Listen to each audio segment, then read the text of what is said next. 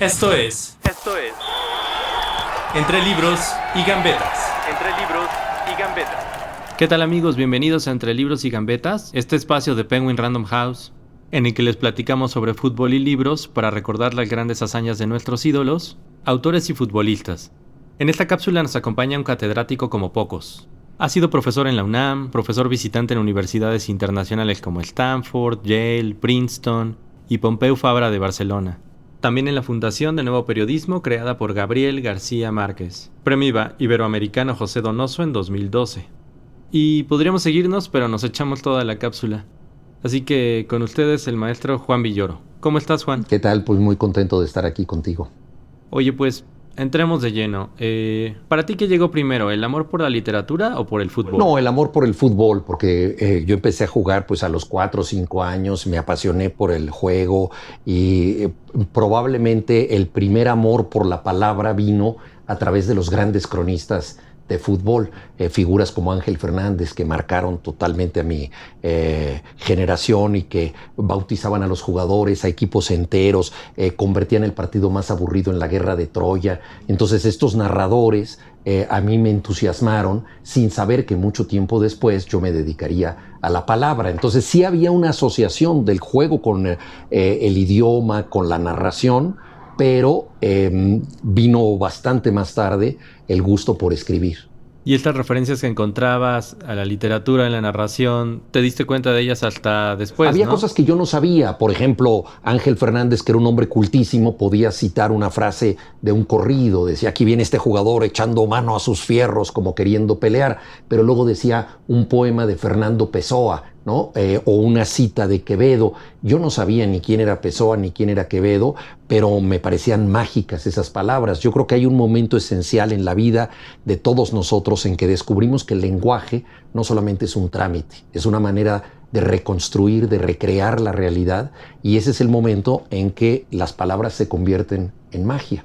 Claro. Y entonces, ¿cuándo nació el amor por el libro físico o la literatura? Empecé a leer cuando en las vacaciones entre la secundaria y la preparatoria, a los 15 años, un amigo puso en mis manos De perfil de José Agustín, que trata justamente de un muchacho que está en las vacaciones entre la secundaria y la preparatoria.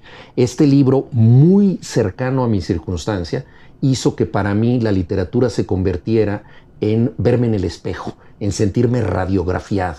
Y yo dije, si este libro me incluye de tal manera, yo quiero ser parte de esto y escribir también yo. Entonces ese fue el nacimiento ya de un lector y un autor posible. Y justo te iba a preguntar sobre el momento en que haces que convivan las dos pasiones. Pero es esto, es el querer.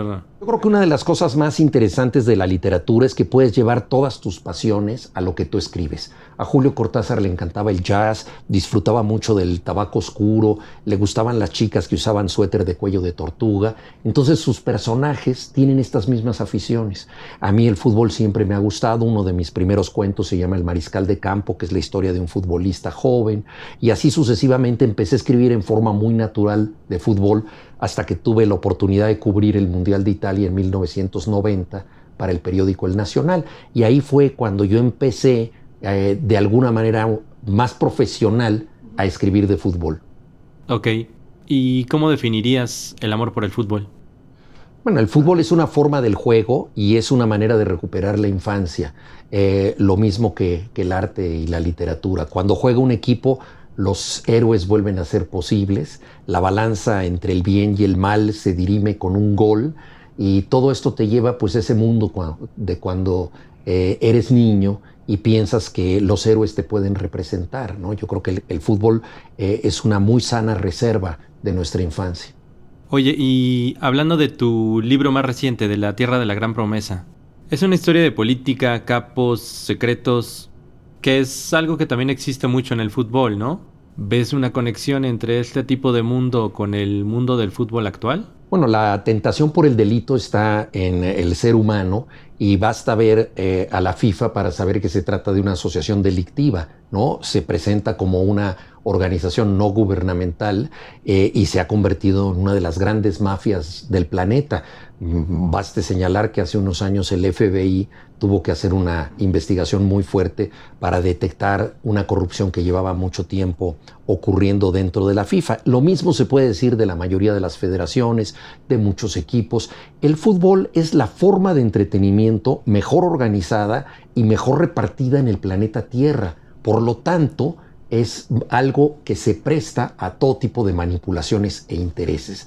Entonces, los políticos, los empresarios, las distintas mafias han tratado de entrar en el fútbol. Mi novela La Tierra de la Gran Promesa se ocupa de temas de corrupción en México. Tiene que ver con un documentalista que trata de dar testimonio de esta realidad y paga las consecuencias por hacerlo. Entonces, el tema del delito está en muchas zonas de la vida y por supuesto el fútbol no es la excepción. Claro, porque cuando cuando se convirtió en un negocio el fútbol, entra todo este mundo de política y de corrupción, pero aún así la pasión no se va, ¿no? Sigue estando ahí la esperanza y la pasión. Hubo una gran polémica cuando el fútbol se volvió profesional. Por ejemplo, en México el equipo Necaxa, que tenía una dignidad muy especial y que era el equipo del sindicato de electricistas, se negó a cobrar. Ellos dijeron, o jugamos gratis o no jugamos. O sea, no vamos a prostituir nuestra pasión. Y durante un tiempo, los electricistas del Necaxa jugaron sin cobrar. Pero obviamente se tuvieron que adaptar al mundo capitalista en el que vivimos y acabaron siendo parte del fútbol profesional. Pero esta disyuntiva que existía en los orígenes se mantiene una y otra vez.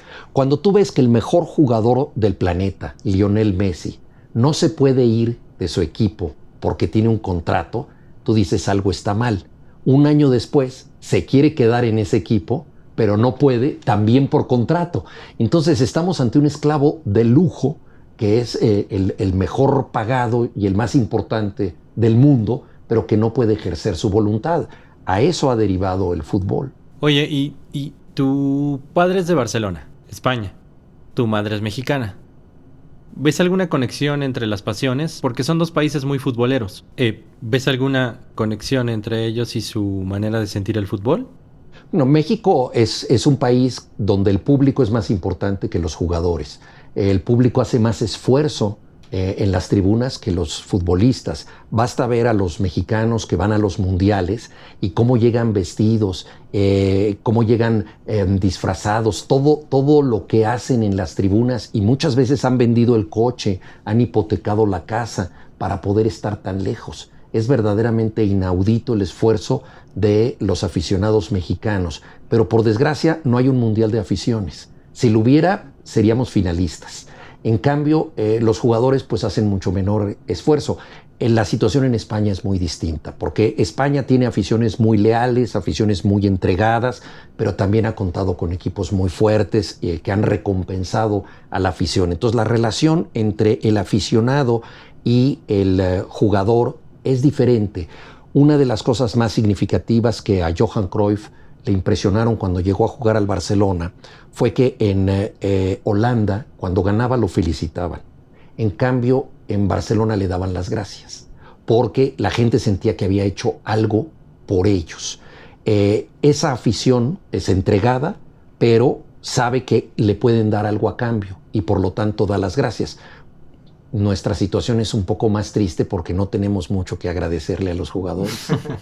Y como fanático, cuéntanos para ti el Necaxa, ¿qué representa? Bueno, el Necaxa es el equipo de mi infancia porque yo vivía en una calle donde mis mejores amigos eran necaxistas. Entonces yo me quise identificar con esa calle. Yo me sentía muy desajustado en la vida, en mi colegio, en mi propia familia. Y dije, si yo quiero ser de esta ciudad, tengo que ser del Necaxa, que era un equipo capitalino muy simpático al que apoyaban mis mejores amigos. Pero la vida está llena de sorpresas. Entonces el Necaxa hoy en día juega en un lugar lejano que es Aguascalientes. Evidentemente ya no se identifica con esta ciudad. Lo fui a ver al Estadio Victoria y me encontré rodeado de japoneses, lo cual me sorprendió mucho. Y ellos me explicaron que es que en Aguascalientes hay una planta ensambladora de coches japoneses, la más importante de América Latina. Por lo tanto, ellos se habían aficionado al Necaxa, que además tiene los colores de la bandera de Japón, casualmente, y Japón es el país del sol naciente y el Necaxa es el equipo de los rayos. Entonces, ve nada más la paradoja de mi identidad. Por querer identificarme con el equipo de mi calle, apoyo a un equipo de Aguascalientes que es favorecido por los japoneses de esa ciudad. Entonces, así de misterioso es el fútbol. Y ya no lo vas a dejar, ¿no? O sea, no, ya no lo puedes. Nunca a su equipo. Tienes razón. El fútbol yo creo que es la última frontera legítima de la intransigencia. Se puede cambiar de todo en la vida, de religión, de pareja, de orientación política, hasta de sexo, pero cambiar de equipo de fútbol es como querer cambiar de infancia. Como decir, yo ya no soy ese niño, entonces no puedo repudiar al Necaxa, por supuesto me da gusto cuando gana, pero es un equipo geográficamente lejano. Oye, y como el gran lector y el gran escritor que eres, ¿qué le dirías a la gente que lee, pero que no se acerca al fútbol? Porque a veces hay como ahí una desconexión, ¿no? Luego... A ver, hay prejuicios recíprocos entre el fútbol y la literatura. Durante muchos años se consideró que el fútbol era del populacho y que no tenía un escritor o un intelectual que acercarse a estos fenómenos, ¿no? Pero yo me pregunto, si el fútbol es la forma de diversión mejor organizada en el planeta, ¿cómo vamos a entender nuestra época si no entendemos el fútbol? Afortunadamente este complejo se venció y numerosos escritores, desde Pierpaolo Pasolini hasta escritores más recientes como Eduardo Galeano, Osvaldo Soriano, escribieron maravillosos textos sobre fútbol. Pero también al revés, el que se dedica al fútbol tiene prejuicio ante los libros, ¿no? Porque dice, esto es aburrido, esto es una cosa que me va a adoctrinar. Mucha gente ve la lectura como una obligación o incluso se asusta porque hay tantos libros en el mundo que parecería que si uno no es suficientemente pedante o erudito, no puede leer ninguno de ellos, ¿no? O sea, que no puedes empezar por uno porque son demasiados los que te van a gritar, eres un ignorante, ¿cómo agarraste ese libro?, ¿no? Entonces, son prejuicios recíprocos, ¿no? A mí me gustaría pensar que se pueden vencer estas situaciones, pero por ejemplo, mira, yo los libros que he escrito de fútbol, a mí me ha sorprendido que se han seguido vendiendo a lo largo de los años, pero también que mucha gente que lee esos libros míos solo lee esos libros. O sea, no pasa ni a otros libros míos ni a otros libros de otros autores. O sea, hay también un tipo de lector que solamente quiere leer de fútbol. Claro, pero se están perdiendo de un mundo muy grande cualquiera que sea el que dejen de lado. Hombre, es como tantas cosas en la vida, como decir, a mí me gusta la comida italiana o me gustan los chiles rellenos, entonces solo como espagueti o solo como chiles rellenos, pues evidentemente te estás perdiendo de otras oportunidades gastronómicas, ¿no? Lo mismo pasa con todas las formas del placer. Entonces, renunciar al fútbol es renunciar a una opción de felicidad y renunciar a la literatura es renunciar a otra. Pero hay que decir que hay muchos libros muy malos y muchos partidos muy malos. Entonces, todos los placeres tienen que pasar por tribunales y por aduanas. Para ver un gran partido muchas veces tienes que ver algunos pésimos. Para encontrar el libro que te gusta tienes que pasar muchas veces por libros que no funcionan para ti. Por empates a cero. Exactamente. Bueno, el empate a cero puede ser un partidazo, porque yo creo que también ahí es distinto el fútbol a otros deportes. Yo he visto juegos que son extraordinarios, en donde nadie cometió un error y por lo tanto el marcador quedó 0-0, pero fue de una altísima emoción ese resultado, ¿no? Hay un libro que se llama The Beautiful Game, el juego hermoso, y que trata justamente de un 0-0. Oye, ya para ir cerrando, queremos hacer una dinámica contigo de tu libro. Yo soy Fontana Rosa. Juegas y escribes sobre un equipo en el que están los autores puestos en sus posiciones de acuerdo a las características, ¿no?, que tú les encuentras como escritor. Queremos hacer la inversa. Te vamos a dar nombres de algunos jugadores y nos gustaría que nos dijeras de qué crees que escribirían ellos, qué características como escritor les ves. ¿Va? Primero, Puyol. Una novela muy contundente de 400 páginas, ¿no? Sumamente apasionada. Ok. Cristiano Ronaldo. Aforismos agudos y venenosos. Muy bien. Ya nos contaste un poquito de él, pero aquí tenemos a Neymar. Una farsa, por momentos picaresca, por momentos trágica. Ok. Guardiola. Un ensayo absolutamente inteligente que explicaría los misterios de la realidad. Y cerramos con Messi. La forma más alta de la poesía. Pues ya nada más para terminar, ¿nos puedes dejar unas copias firmadas para hacer una dinámica que ya le estaremos contando y regalar los libros? Con todo gusto, claro que sí. ¿Sí? ¿Empezamos con este ejemplar? Sí. Ah, magnífico. ¿Me pasas tu pluma? Porque las mías son más corrientes.